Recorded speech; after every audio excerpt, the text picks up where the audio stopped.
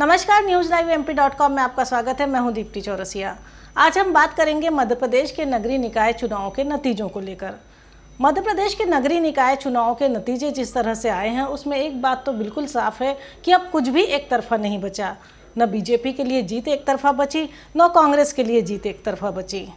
बल्कि कहा जा सकता है कि जिस तरीके के नतीजे सामने आए हैं उससे तो बड़ा साफ है कि जनता ने जहां चाहा कांग्रेस को जिताया, जहां चाहा बीजेपी को जिताया, और अगर कोई नए दलों की मौजूदगी मिली, किसी नए चेहरे की मौजूदगी मिली, तो मौका पाके जनता ने उस पर भी जो है एक दांव खेला, उसे भी जिताकर एक मौका दिया।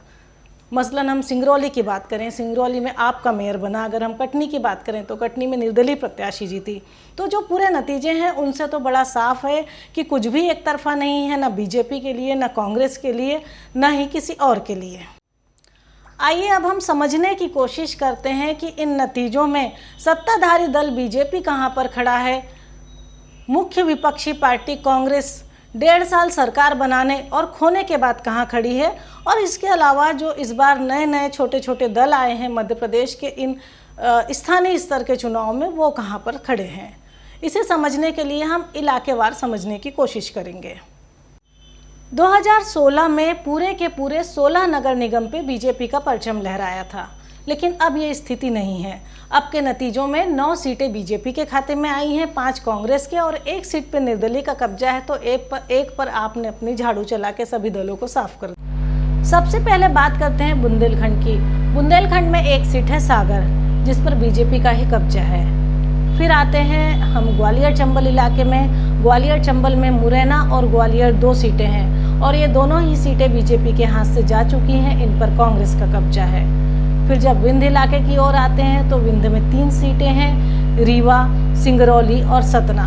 निश्चित ही सतना पे बीजेपी का कब्जा हुआ, लेकिन रीवा कांग्रेस के खाते में गई, और सिंगरौली में आपने बीजेपी और कांग्रेस दोनों पर ही झाड़ू चला दी। इसके बाद अब हम आते हैं महाकौशल। महाकौशल की 3 सीटें हैं, जिसमें कटनी, जबलपुर और छिंदवाड़ा शामिल है। छिंदवाड़ा और जबलपुर दोनों सीटों पर कांग्रेस का कब्जा है। तो कटनी में निर्दलीय प्रत्याशी की जीत हुई, मतलब यहाँ पर तीनों ही सीटें बीजेपी के हाथ से गई, और ग्वालियर चंबल में दोनों सीटें। अब इसके बाद हम बात करें निमाड़ और मालवा की।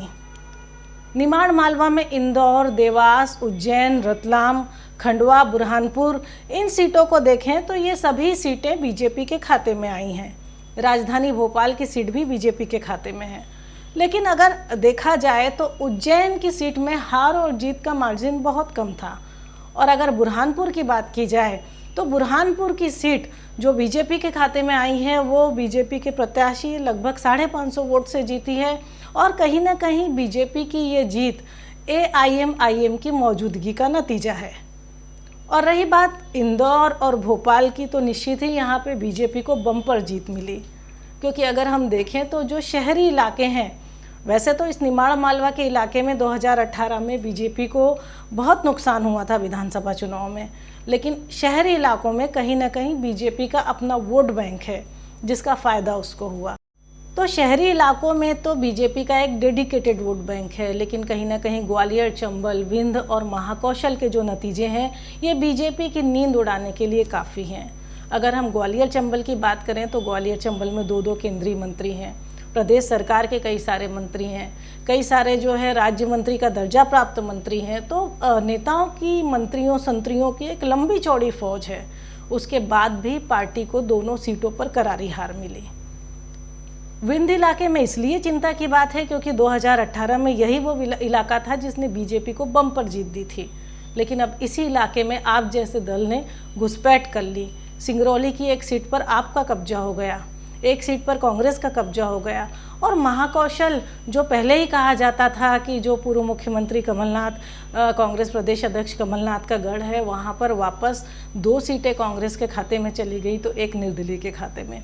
तो ये सारी चीज़ें काफ़ी हैं सत्ताधारी दल की नींद उड़ाने के लिए, और इसकी कई सारी वजह हैं, जिसमें एक तो ये माना जा रहा है कि संगठन की कमजोरी है और शायद जिताऊ चेहरों की कमी है। इस तरह की कई सारी वजह हैं। लेकिन अगर अब हम कांग्रेस को देखें कि कांग्रेस कहाँ खड़ी है, तो इसमें कोई शक नहीं कि कांग्रेस ने हासिल किया है।